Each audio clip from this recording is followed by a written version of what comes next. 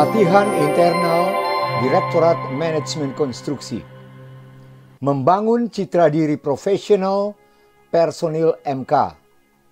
Dengan materi pelatihan, kisah seorang penebang pohon, wrong self-image atau citra diri yang salah, bersikap sebagai elang perkasa, MK, singkatan dari macan kertas.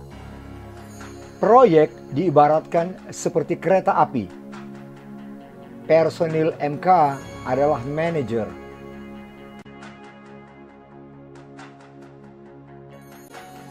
Pada suatu waktu, seorang penebang kayu mendapat pekerjaan dari pedagang kayu.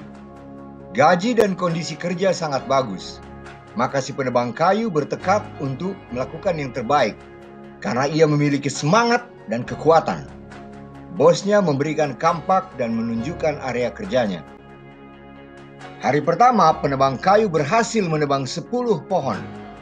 Bos mengucapkan selamat kepadanya dan mendorong untuk melanjutkan pekerjaannya yang baik itu. Termotivasi dengan kata-kata bosnya, si penebang kayu berusaha lebih keras pada hari berikutnya. Tetapi, ia ternyata hanya berhasil menebang 9 pohon. Pada hari berikutnya, ia berusaha lebih keras lagi, tetapi hanya berhasil menebang 8 pohon. Sampai pada hari kelima, ia hanya berhasil menebang 5 pohon. Si penebang kayu berpikir bahwa ia sudah kehilangan kekuatannya. Ia menghadap bosnya dan meminta maaf, mengatakan bahwa ia tidak mengerti apa yang salah dengan caranya bekerja. Dengan tersenyum, bosnya bertanya, "Kapan terakhir kali kamu mengasah kampakmu?" Si penebang kayu menjawab bahwa ia tidak punya waktu untuk mengasah kampaknya karena ia sibuk menebang pohon. Apa moral dari cerita tadi? Hidup kita seperti itu. Dalam bekerja, kita seperti itu. Kita sangat sibuk, banyak pekerjaan, sehingga tidak punya waktu untuk mengasah kampak. Itu yang terjadi pada kebanyakan manusia di dunia saat ini. Mereka lebih sibuk dari sebelumnya, tetapi hasilnya malah berkurang dari sebelumnya. Kita semua seharusnya dapat lebih rileks, berpikir dan tafakur untuk dapat tumbuh. Apakah kampak kita sudah tumpul untuk menghadapi pekerjaan yang semakin rumit dan cepat? Tidak, kitalah yang menjadi semakin tumpul dan lamban. Seperti si penebang kayu, kita bingung, apa yang salah dengan diri saya? Apa yang salah dengan pekerjaan saya? Padahal jika kita mau meluangkan waktu sedikit untuk mengasah kampak kita, maka kekuatan dan kepiawaian kerja kita akan kembali untuk mengalahkan tantangan pekerjaan kita.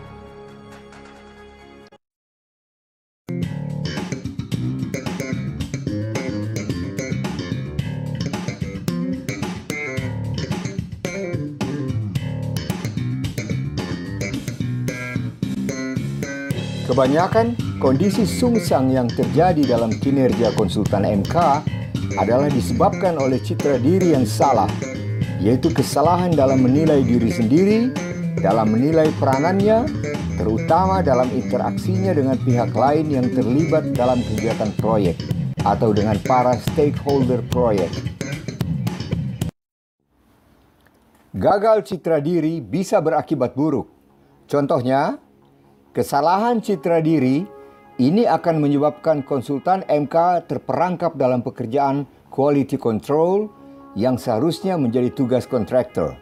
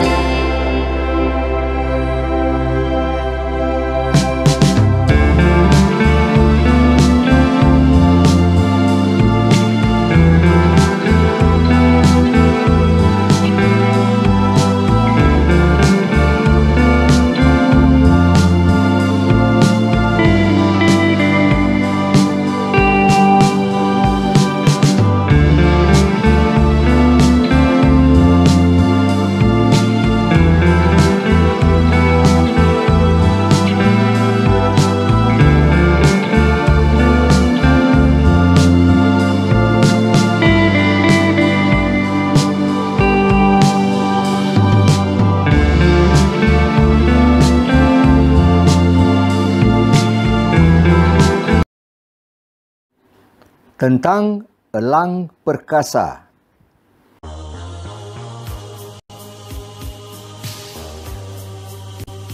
Pencapaian bukan bakat, sikap kitalah yang menentukan pencapaian kita. Pemimpin itu seperti elang, mereka tidak ngerumpi, mereka itu mandiri. Pemimpin itu seorang penentu, mereka independen dan memiliki ketabahan.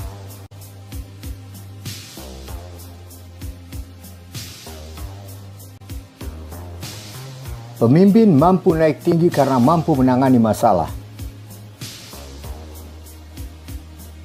Pemimpin naik tanpa halangan karena mampu mengontrol diri dan alamnya. Personil tim akan menjadi pemberani jika pemimpinnya juga pemberani.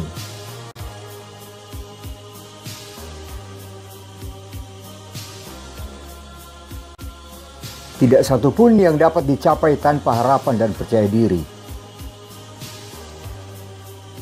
Pemimpin melewati bermacam-macam rintangan dengan tekad dan kekuatan. Pemimpin harus mempunyai visi untuk menentukan arah tujuan organisasinya.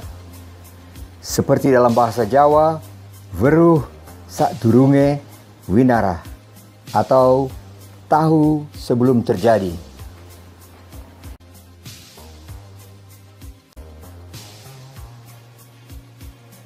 Elang itu mengkoordinir. Elang itu mengawasi. Elang itu waspada. Elang itu keren dan tidak terbeli. Elang itu berwibawa, berani menatap.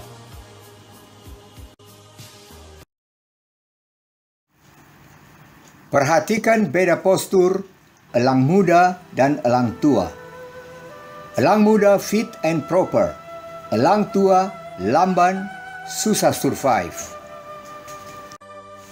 Paruh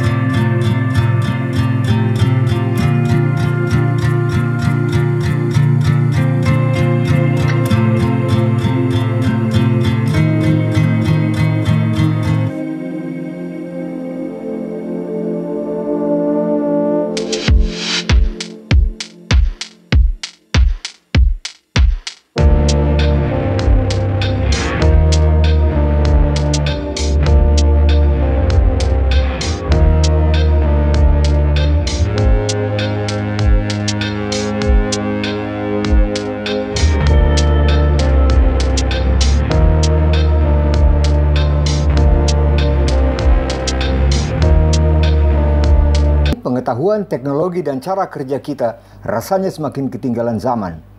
Semakin sering kita mendengar istilah-istilah teknik yang tidak kita kenal, apalagi kita fahami. Tuntutan atau requirement dalam pekerjaan semakin tinggi. Sering kita merasa menjadi bodoh. Owner, kontraktor, inspektorat, BPK semakin lama semakin pintar. kita sering merasa ditelanjangi. Saat ini, terasa seolah-olah pekerjaan kita semakin sulit, semakin berat, dan kita seolah-olah salah melulu.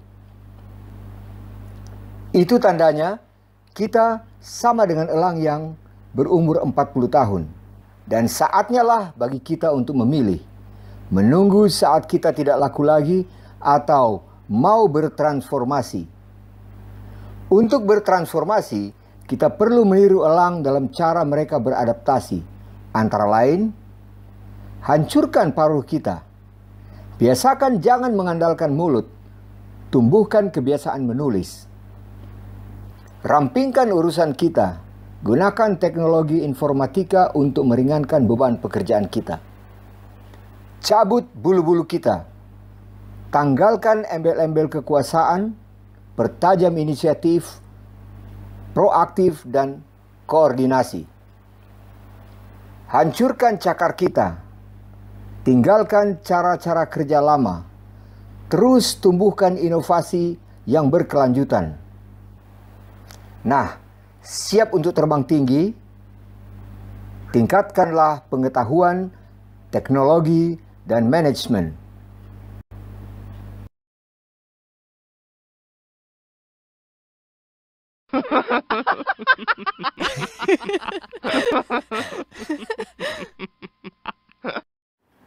Dan jangan juga bersikap arogan dan sewenang-wenang, membuat sendiri perubahan BMW, menggurui, menyalahkan pihak lain, membentak, merendahkan kontraktor, menganggap owner tidak tahu apa-apa, berbicara menunjukkan kehebatan diri, membuat statement tanpa data, memberi rekomendasi tanpa data, mereject proposal tanpa data, mengapprove proposal tanpa data, memakai kata-kata yang tidak pantas, menyerang pihak lain, fisik dan non-fisik, dan lain sebagainya.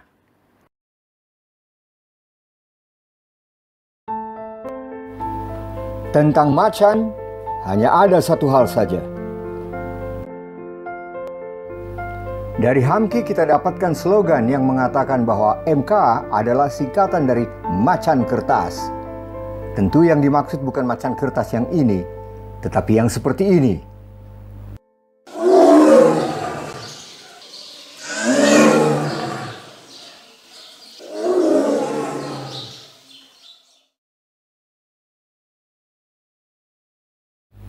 Tidak, tidak. Kamu bisa hanya ngomong. Tulis surat dong.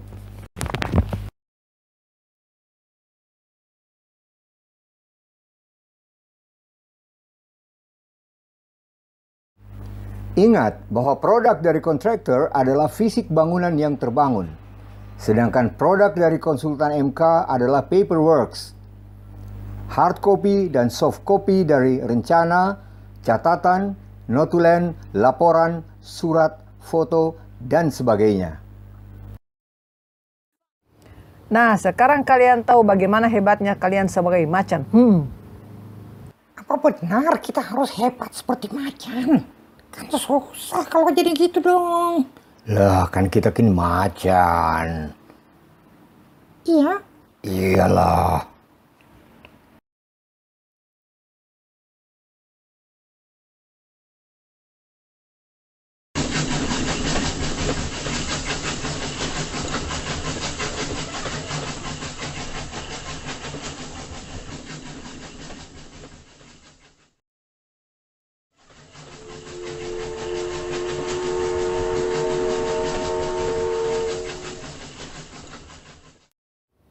Ada persamaan antara jalannya proyek dan jalannya kereta api. Antara lain, yang pertama bahwa departure dan destination-nya sudah ditentukan, tidak bisa dibelok-belokkan. Yang kedua adalah bahwa sama-sama mempunyai track yang sudah ditentukan, sequence, dan sudah ada network planning yang mengatur pergerakan dan penjadwalannya.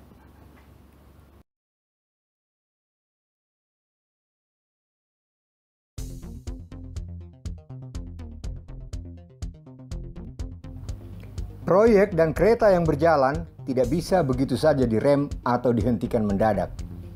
Jika kereta dan proyek direm, maka diperlukan waktu deselerasi. Kereta api bisa menabrak kendaraan yang melintas melanggar aturan, dan akibatnya bisa sangat fatal. bisa menimbulkan kerugian dan korban jiwa. Proyek menabrak pihak yang melanggar ketetapan kontraktual dan aturan konstruksi. Akibatnya bisa sangat fatal, menimbulkan kerugian BMW dan kemungkinan masuk ke ranah hukum.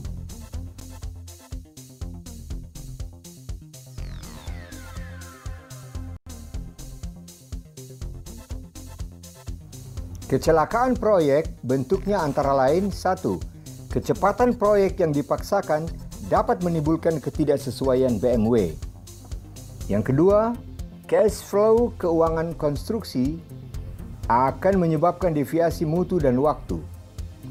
Yang ketiga, perubahan mutu pelaksanaan akan menimbulkan efek biaya dan waktu. Dan yang keempat, yang paling serius adalah pelanggaran SMK 3, di mana ini berpotensi menimbulkan semua bentuk kecelakaan yang risikonya fatal, termasuk jatuhnya korban jiwa.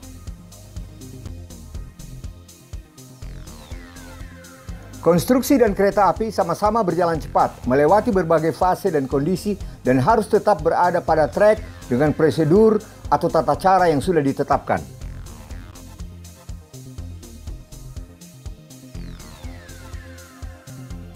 Maka diperlukan tim yang mengendalikan operasionalnya, yaitu berupa fungsi tim pengendali kereta api, mengatur trek, pemberhentian dan pemberangkatan, mengatur urusan pasasi, loading, kargo sesuai plan, menjamin kondisi prima dari lokomotif dan gerbong, mengatur schedule dan penjadwalan, menjamin keselamatan dan kesehatan penumpang, memastikan setiap manifesto tercatat dan terarsip, menjaga keamanan secara umum dan secara khusus. Fungsi tim pengendali konstruksi, menetapkan trek kerja dan milestones konstruksi, mengawal agar biaya konstruksi tidak meleset dari RAB, mengawal pelaksanaan sesuai dengan constraint mutu, memastikan agar pekerjaan terlaksana sesuai jadwal, menjamin terlaksananya program K3 dan evaluasinya, memastikan bahwa setiap proses tercatat dan terarsip, menjaga keamanan proyek dan keamanan konstruksi.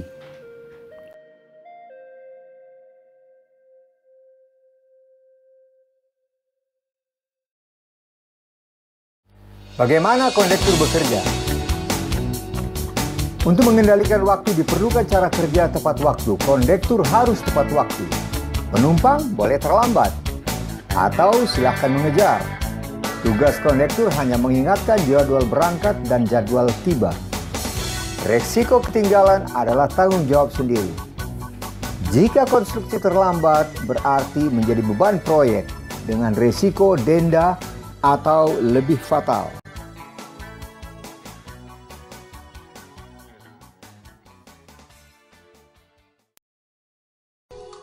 Bagaimana dengan penumpang yang sudah terlambat? Bagi kondektur tidak masalah, biarkan saja, toh itu kan resiko si penumpang sendiri dan sama sekali tidak mengganggu jadwal dan perjalanan kereta. Mungkin mereka malah ingin ketinggalan kereta, tetapi bila mana ada ikatan dan kepentingan yang sama antara yang terlambat dengan yang berada di kereta, maka kalau yang terlambat berusaha untuk catch up, maka tentu haruslah ditolong.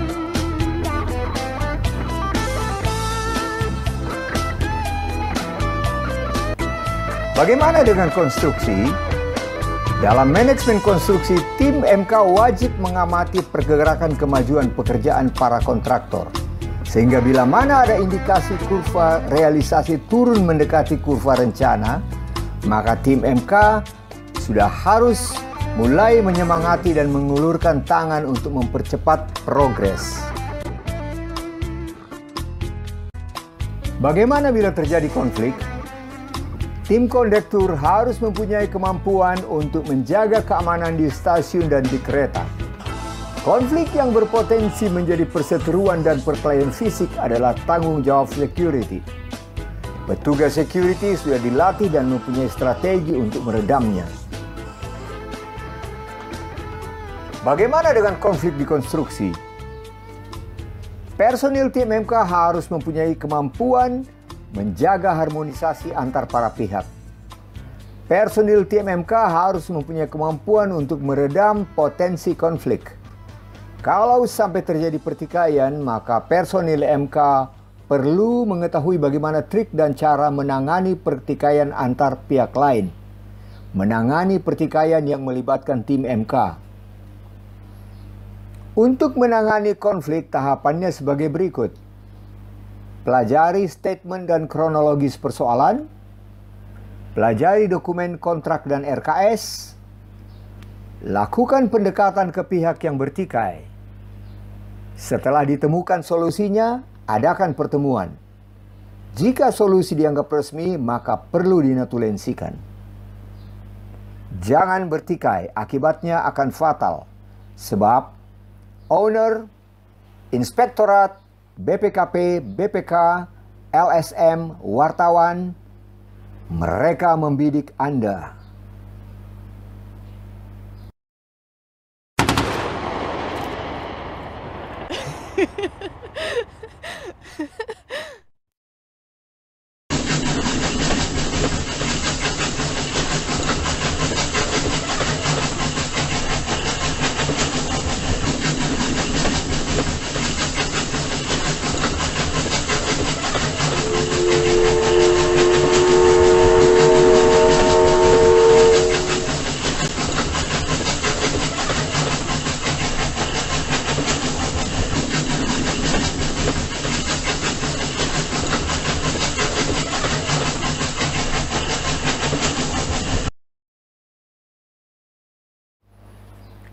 Tentang construction manager.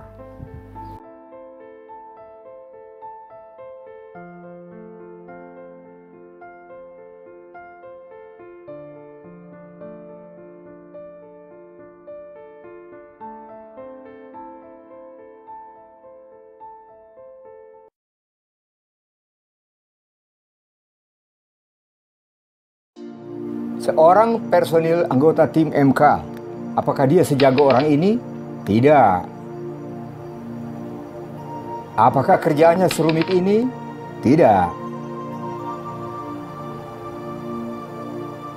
Apakah otaknya harus sekompleks ini? Tidak. Apakah kerjaannya harus menggunakan alat secanggih ini? Tidak juga. Yang benar adalah bahwa personil MK tidak harus benar-benar expert dalam ilmunya.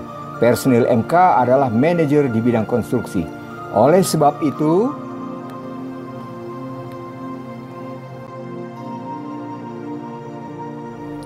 personil MK jangan pernah minder.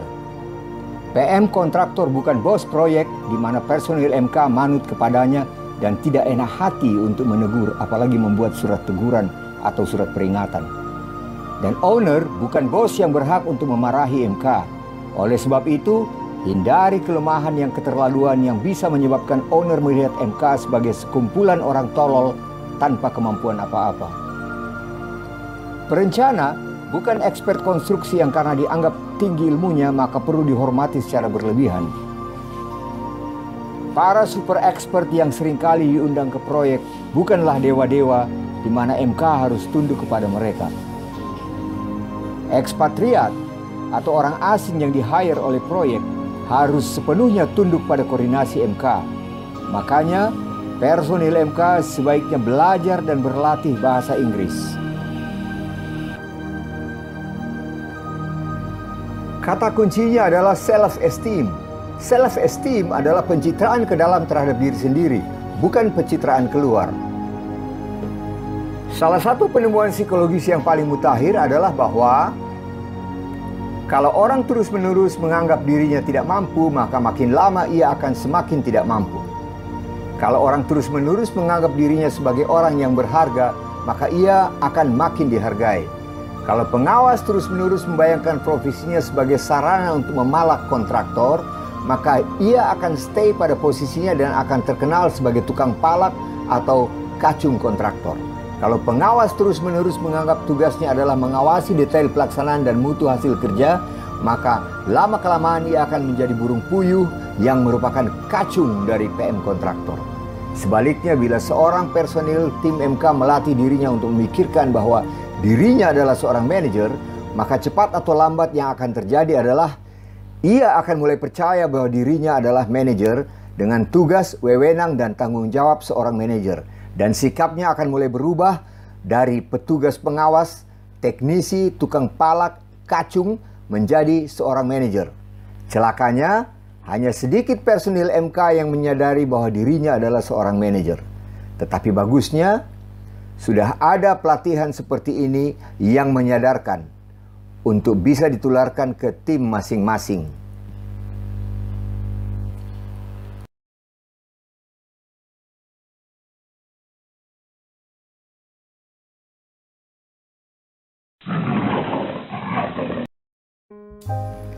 Kata kunci kedua adalah manager. Karena pekerjaan kita adalah manajemen konstruksi, maka personil kita adalah para manajer. Maksudnya adalah bahwa tim leader dan co-team leader atau site manager MK adalah manajer yang kerjanya memanage seluruh kegiatan proyek. TA struktur adalah manajer yang kerjanya memanage seluruh kegiatan pekerjaan struktur. TA arsitektur adalah manajer yang kerjanya memanage seluruh kegiatan pekerjaan arsitektur. TA mekanikal adalah manajer yang kerjanya memanage seluruh kegiatan pekerjaan mekanikal. TA elektrikal adalah manajer yang kerjanya memanage seluruh kegiatan elektrikal.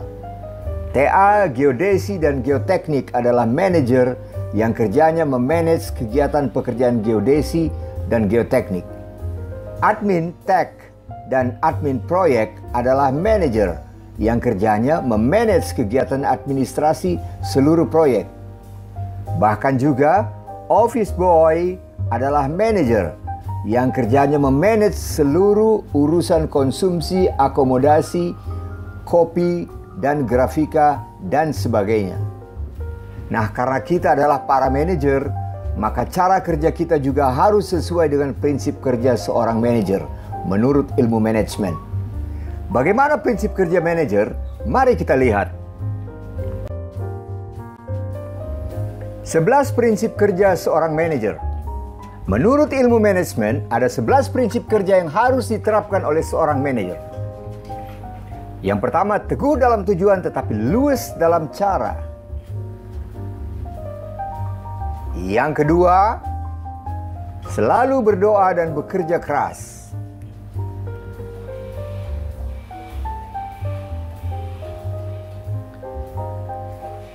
Ketiga, menjunjung tinggi nilai kejujuran.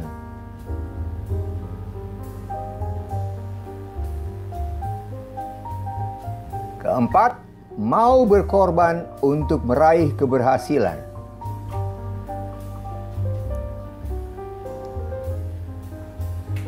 Kelima, melakukan apa yang seharusnya dilakukan.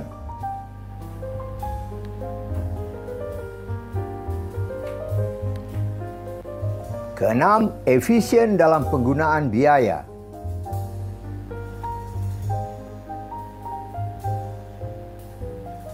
Ketujuh, tidak menunda-nunda pekerjaan.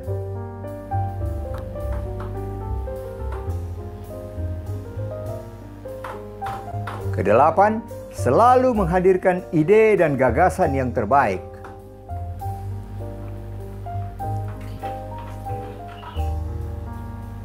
Sembilan, bersikap santun dan lembut, tetapi tegas dan bertanggung jawab.